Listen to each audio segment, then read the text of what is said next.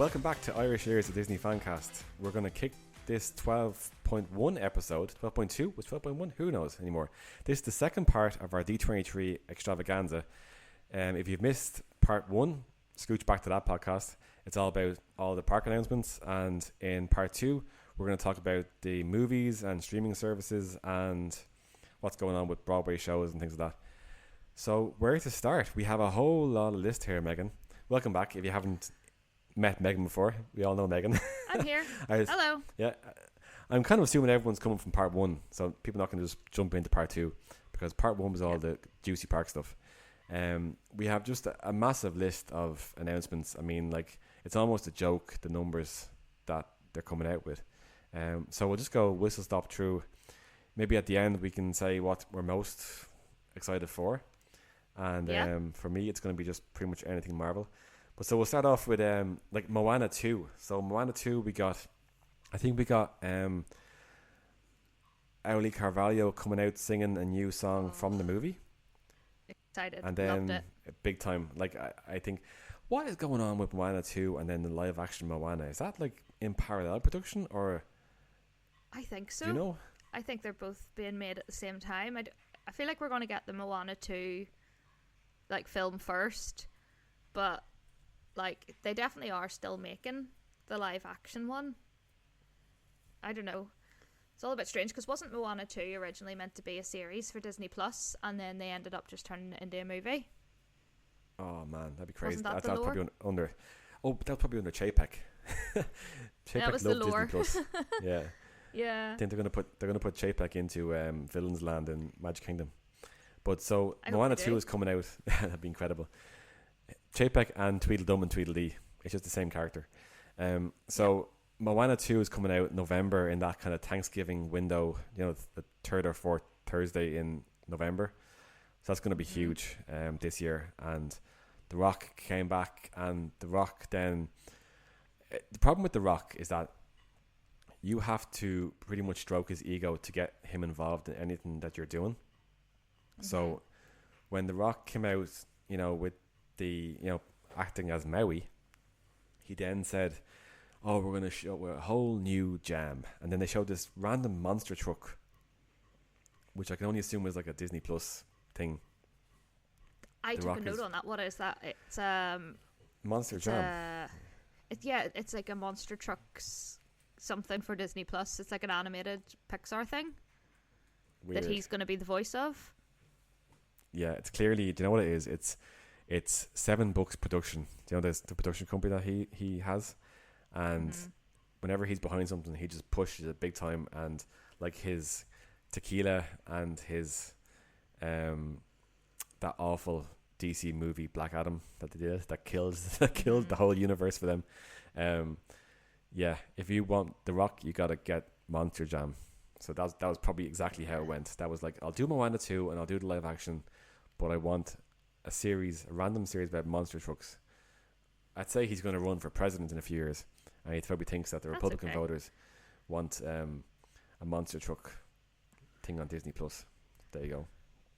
But I loved him in Jungle Cruise, so he can stay. Yes. Oh, he has some bangers, but when he goes off script, he goes well off script, which is just people for you. Moving on then to Snow White, the live action Snow White. What do you think? Story. Yeah. I'll let you go first on this one, because like I don't want to poo-poo all over this. If you want to go first and poo-poo all over it. I'm bored already, because this has just been going on for so long. I feel like we've heard non-stop about the Snow White live action and like the controversy and stuff. Like I like personally, like the fact that Rachel Zegler is playing Snow White is neither here nor there for me. Like, brilliant, fantastic, good for you, girlie. Like, go for it. But like, it just feels like the whole film has been plagued with controversy from the day an hour it was announced, and it just hasn't stopped. And then there was the huge delay then, because it was meant to be coming out a lot sooner than it has. And then didn't they release a trailer, and it got so much backlash that they went and had to reshoot parts of the movie because it was so bad. like it's like you either need to make this like they've got two options with it, in my opinion. they need to drop this movie, and it needs to be the best Disney film that has ever happened, or they need to kick it to the can before they release it. It's one or the other. Yeah. Like, I feel like if they release something mediocre after all this, it's going to be bad. I think as long as it's not terrible, I think people from the temperature that I get from social media, which is often very one-sided because social media just feeds you kind of what you click on and what they think you want to click on, like scandal, whatever. Like Rachel Zegler's, I'm gonna say, persona, in a kind way. Like I think she came out a little bit not making much friends with what some of her comments, and then like they made the dwarfs into mythical creatures instead of small people, which was just a lose for everybody because it made, I don't know how to say this without stepping on people's feet, but a lot of people weren't happy with the casting per se, you know, like in inverted commas, because there were CGI mythical creations.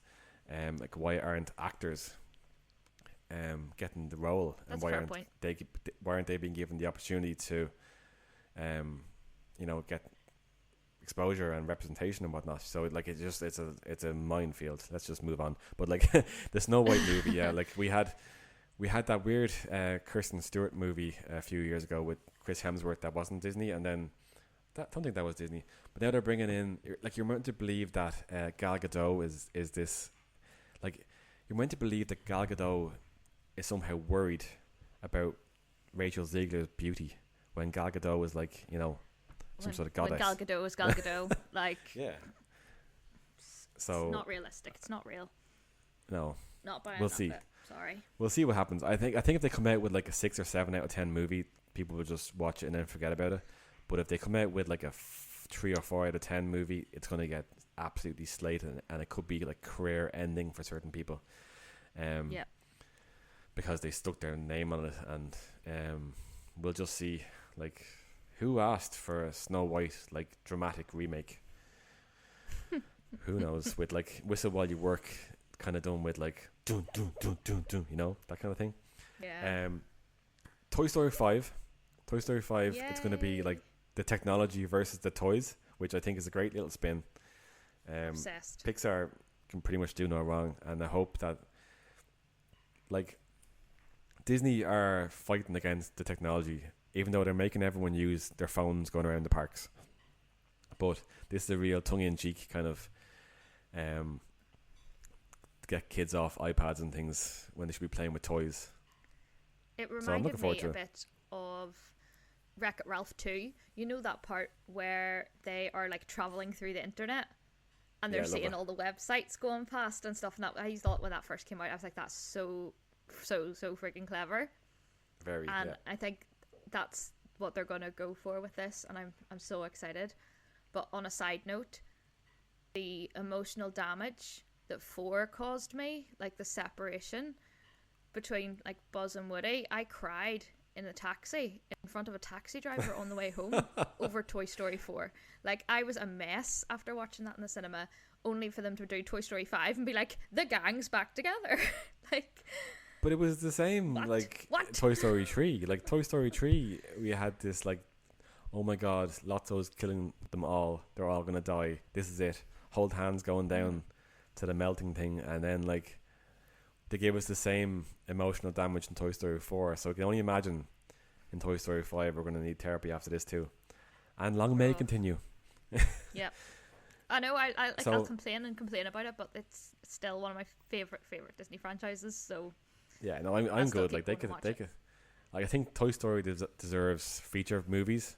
I would hate to see Toy Story in some of Disney Plus like situation. And yeah, I just think that give us Toy Story 43 if they want to. Like as long as they can come up with a good storyline that has a nice little arc on it, and then because I think that the new generations, like Toy Story 1 was 94 or 96, is it 96 Yeah. maybe 95. 95. Ah, that was a good guess. 95 was the in first between. one. Yeah, and so like we grew up with that at a certain Yeah. age, and now subsequent generations deserve to have Toy Story in their lives at certain times in their lives, not just watching the old movies. So yeah, all good. Bring it on. Lilo and Stitch. I know it's very important in your family, in your yes, in your household there. it is. So there was a mixed reaction, to live action Stitch, because I mean, like, can we just pop back to the parks for a second? What's going to happen to the Disneyland Paris faithful with this? Because they're going to lose their beep over this. I don't know. Everything is Stitch in Paris. It is that it's gonna like double down. I feel it's gonna. I'm gonna have to avoid the park for like at least a month. Yeah. But yeah, it's insane. But like, I don't know. Like, my partner Amy is obsessed. Like, her two Disney films that she loves and adores are Lilo and Stitch and Ratatouille, and she always says they're the two that you shouldn't touch them. They're perfect. Like, we don't need live action. We don't need any remakes. They're perfect as they are. And then live action Lilo and Stitch has happened. But I actually think that he is cuter than I was expecting him to be. I was definitely, in my mind, he was going to be a lot uglier. And I like it. I'm reacting positively to CGI Stitch. I think he's got the factor that you need, because like, while he is like a bit of a menace and whatever, part of the appeal of him is that he's got such a little soft, cute side as well. And I think that they've really hit the mark with the CGI one. Yeah, how that translates into a film, I don't know, but based on the trailer and the kind of way he burst onto the screen during D23, I thought that was really, really good. I think I will actually like the live action one better than the cartoon one. I think that's going to happen. I didn't connect with the cartoon, and I don't know, it was the first 20 minutes, the way it was kind of dark and slow, and yeah, but I'm hopeful for the live action one. I'm definitely going to go see it. So I want to see it live action Pleakley. Yes. Give me live that's going to action be an experience right now. I wonder who's going to play live action Pleakley. We'll see. We can fan cast in the next episode. Yeah. drag artists. There are drag artists everywhere lining up for live action Pleakley. Exactly. We can just get them from the Pride Lands party they're going to have. It's all good. Yeah.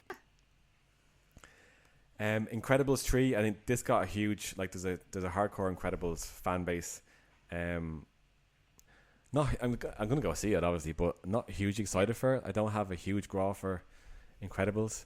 Like, it's just a fine little, like, it kind of feels like Disney's answer to Despicable Me at times. Yeah. And I'm not, like, we'll see. I do like it. I just hope they can reinvigorate life into the franchise. I'm not mad on the films, but I really like interacting with the characters in the parks whenever they're out. Like, I think they're a really fun time when you're with them in person, but like, I wouldn't go, like, it wouldn't be a film that I would necessarily jump to turn on Disney Plus. Yeah. But then we I'll have, watch it like, anyway. obviously Frozen 3 probably going to take back the crown of From Inside Out 2 of biggest animated movie ever of all time, whatever. Like, who knows, is this going to be a story more about Elsa's personal life? We don't know. Is Anna going to get is Anna going to get it's funny because, like, I know this is completely off tangent. My daughter was always like, I'm always bringing up, like, oh, what do you think Frozen 3 is going to be about? She's like, oh, maybe Elsa gets married. And I was like, yeah. I was like, she was having good chats with Honeymarin. And then my daughter was like, Honeymarin? And I was like, yeah, like, you know, they could be friends, more than friends. So it blew her mind. And yeah, so is Anna going to get some powers? I don't know what's going to happen. They're talking about her as some sort of, like, forest, like, I don't know, something to do with the... I've no information. It's not a spoiler or whatever. It's like, yeah, but I mean, Jennifer Lee, isn't it? Who was chief creative? She's basically been promoted to, like, number 2 in charge of Disney. I think she's a future CEO. Like, she is obviously. I think she's in charge of a lot of the studio's movies, but her baby is Frozen. So we shall see. We have Zootopia 2, which was long called for by the fans. It's one that could go wrong, I feel. I mean, how many times like what sort of else, like they made the movie Elemental, which is kind of like Disney and Pixar. They both just make movies that turn inanimate or kind of things into make them have feelings. And like this could be just a merch drive with Zootopia 2. But I love the first one, love the music. I'm just not sure. Like I love the characters in the parks, but I'm just not sure. We'll see. Jason Bateman's cool. Jason Bateman's much more cool when you don't have to look at him. So I'm looking forward to this. Shout out to my Star Wars peeps, Skeleton Crew. I am not up to speed on Star Wars stuff at all. I keep on saying have to watch Andor, have to watch Ahsoka, have to watch The Acolyte, and every time they come out they get nearly panned, like within like a week or two of coming out. They get huge hype and then they get panned, and it's just I don't have time for stuff that gets panned really. I do love The Mandalorian, so I think that's further. Is that not on our list? No, The Mandalorian Grogu movie. Oh no, that's going to be huge. List. No, well, that's here it is. Amazing. Anyway, that's going to be a like proper feature film. Mandalorian Grogu with Jon Favreau. Like, bring it on. Agatha All Along. Real tears. Agatha All Along, Gorgeous. like, is going to be beautiful. It's going to be Catherine Hahn. I'm just hooked to my veins. I love all Marvel witch stuff, like with Wanda, and I loved WandaVision. And this is. Were you there in Avengers Campus in Anaheim when they had Agatha there? Yes. During Boogie that was Bash. like She was there doing treat trails. Yeah. Yeah, that's Very like cool. this is what you want. Like, this is fantastic. Freakier Friday, like that's my injected in my veins movie. There you go. Thank you. That one. Beautiful. Give me it. That was not a thing for me as a young boy. Freaky Friday did not hit as much as I can imagine it would hit for. Like Lindsay Lohan was like God when she was younger. She was the it girl. Like, she was all over Disney. She was like The Parent Trap. She was Life Size. She had like Confessions of a Teenage Drama Queen, Freaky Friday, Herbie. She was all over it. Like, she was it. Loved her. What a comeback! What a comeback! What a comeback! Yeah, Jamie Lee Curtis obviously got Digi Legend status as well. Mm-hmm. So then back to my zone, we have Fantastic Four: First Steps, which this could go wrong as well. They're bringing in Fantastic Four, which hasn't really gotten a good movie ever. Some of them have been disasters. The one with Miles Teller, which Miles Teller was amazing, but the whole movie and then they had Miles Teller, they had Michael B. Jordan, they had I can't even remember who Sue Storm was and stuff. But anyway, this is a cornerstone of Marvel, this Fantastic Four First Steps, and they're obviously building out stuff with Doctor Doom, who Robert Downey Jr. is now back. Talk about that another day. There's too much stuff here. Moving on to Daredevil, Born Again. This is like part of, I think, Marvel's spotlight.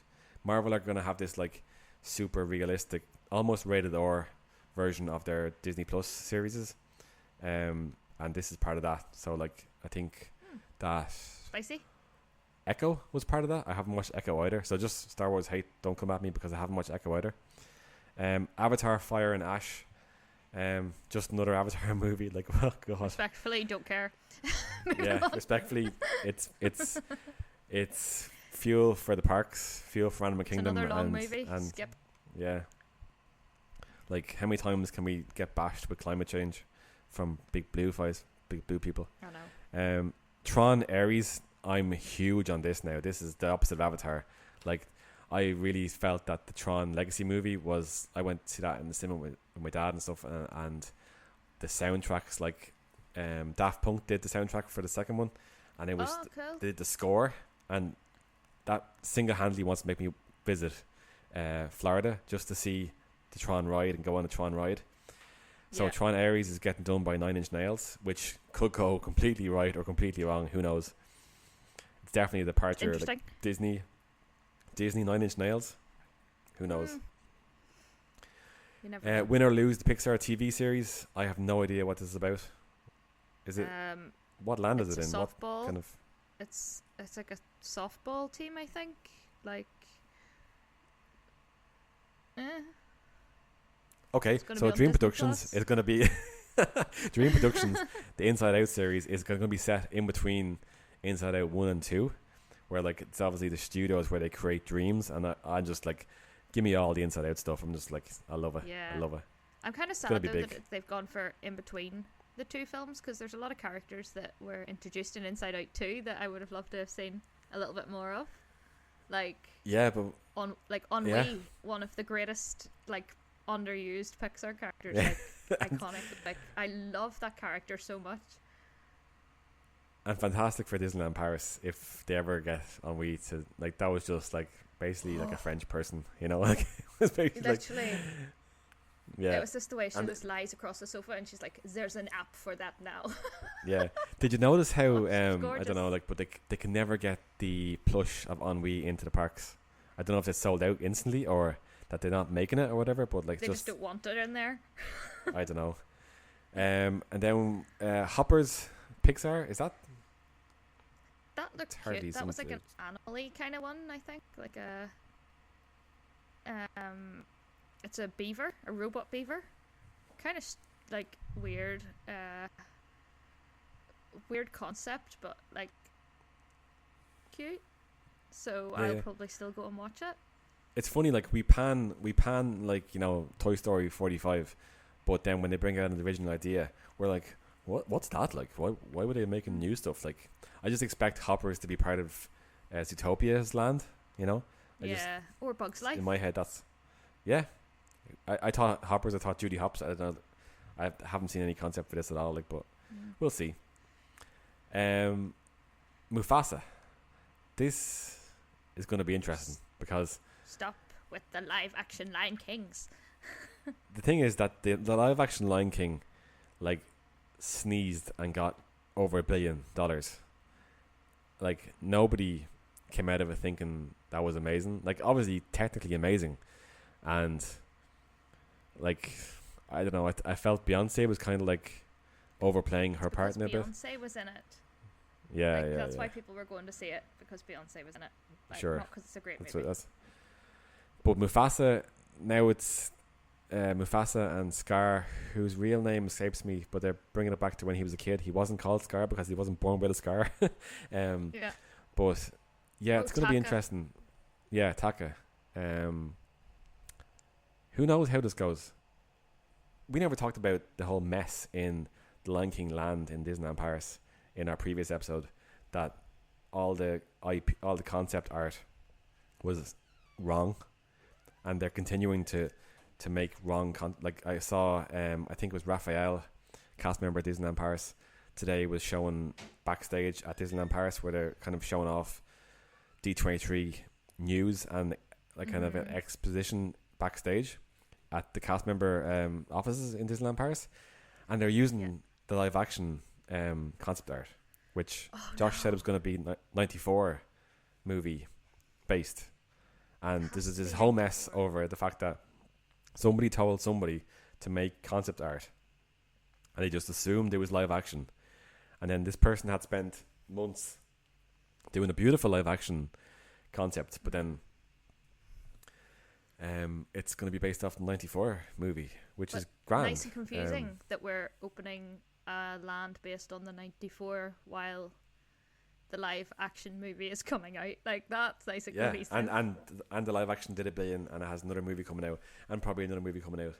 But I just think that, particularly for Paris, they have to go with bankers, and it's kind of like, I don't know how it is up the north there, but down here in Dublin City Council won't make a statue of a pop culture person unless they're dead for like 10 years, just to let all the skeletons come out of the closet. Exactly. Yeah. So, with the Lion King, they have a banker of an IP for Paris, so that's what they're going to go there for. Definitely. Ironheart. Oh, I don't know. This is Ironheart from the Wakanda Forever Black Panther movie. It's actually a really cool character from comic books, but I just felt that they played the character really weird in that movie, and it's a kind of a mix between mech warrior slash Iron Man protege, but now Iron Man's dead, so can't be that.